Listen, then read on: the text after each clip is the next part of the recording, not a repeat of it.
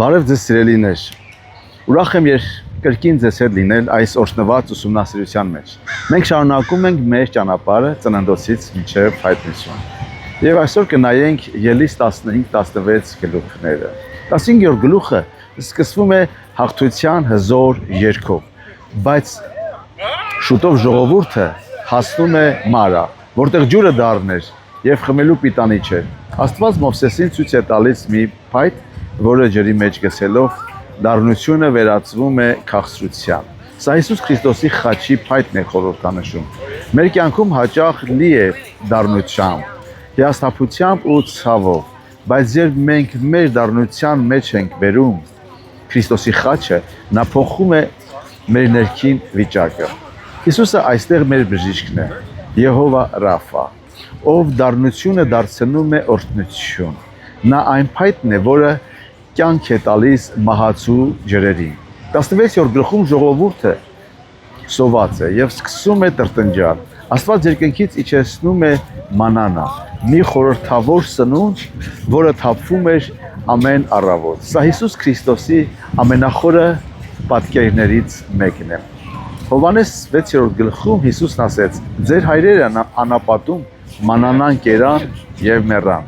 բայց սա է այն հացը, որ իջել է երկնքից, որպեսզի ով որ նրանից ուտի չմեռնի»։ Հիսուսը այստեղ մեր կյանքի հացն է։ Ինչպես մանան անտրվում էր ամեն օր եւ բավարար էր բոլորին, այնպես էլ Քրիստոսի շնորհը թարմ է ամեն առավոտ եւ բավարար է հոգու քաղցը հագեցնելու համար։ Նա մեր ամենօրյա սնունդն է, առանց որի մեր հոգին կչորանա անապատում։ Այսօրվա դասը մեզ համար, սիրելիներ, մի տրտնջա քո դժվարությունների մեջ։ Անապատը փորձության վայր է, բայց նաև Աստծո հրաշքների վայր է։ Եթե քո առջև դառնություն կա,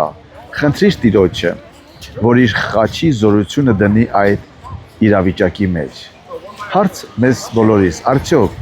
մենք սնվում ենք Քրիստոսով ամեն օր, թե փորձում ես ապրել երեկվա հոգևոր պաշարով։ Մանանան ամեն օր է հավաքվում։ Մեզ պետք է թարմ հաղորդակցություն Հիսուսի հետ ամեն առավոտ։ Մի վախեցիր վաղվա օրվա համար։ Նա, ով կերակրեց միլիոնավոր մարդկանց անապատում, քեզ էլ, ինձ էլ անտես չի թողնի։ Հովհաննես 6:35-ը Հիսուսը նրանց ասաց. «Ես եմ կյանքի հացը, ով ինձ մոտ գա, չի սովի, եւ ով ինձ հավատա, երբեք չի ծարավի»։ Ելիս 15:26-ը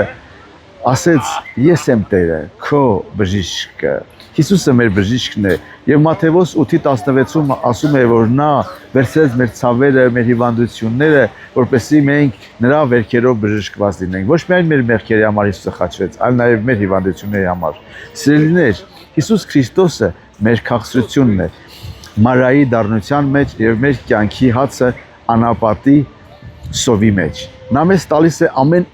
ինչ անհրաժեշտ է այս ճանապարհին։ Մի նայեք ձեր պակասին, նայեք նրան, ումից հոսում է ամեն լիություն։